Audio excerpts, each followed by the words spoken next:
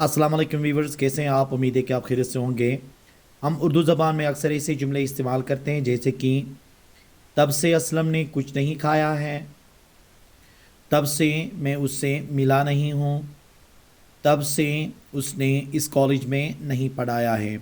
तो इन जुमलों के अंदर तब से का इस्तेमाल हुआ है।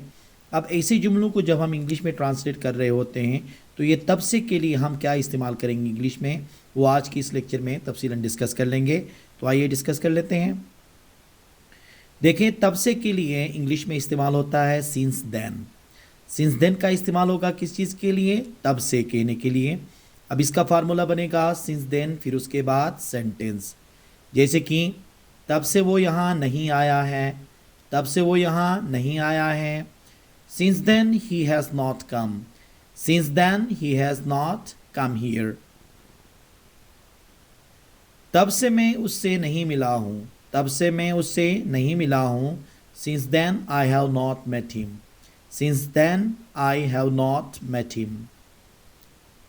तब से उसने इस कॉलेज में नहीं पढ़ाया है, तब से उसने इस कॉलेज में नहीं पढ़ाया है।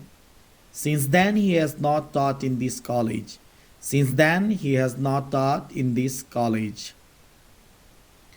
तब से असलम ने कुछ नहीं खाया है, तब से असलम ने कुछ नहीं खाया है।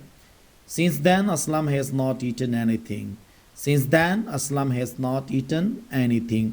तो जब कभी भी हम तब से का ट्रांसलेट करेंगे इंग्लिश में तो हम क्या इस्तेमाल करेंगे?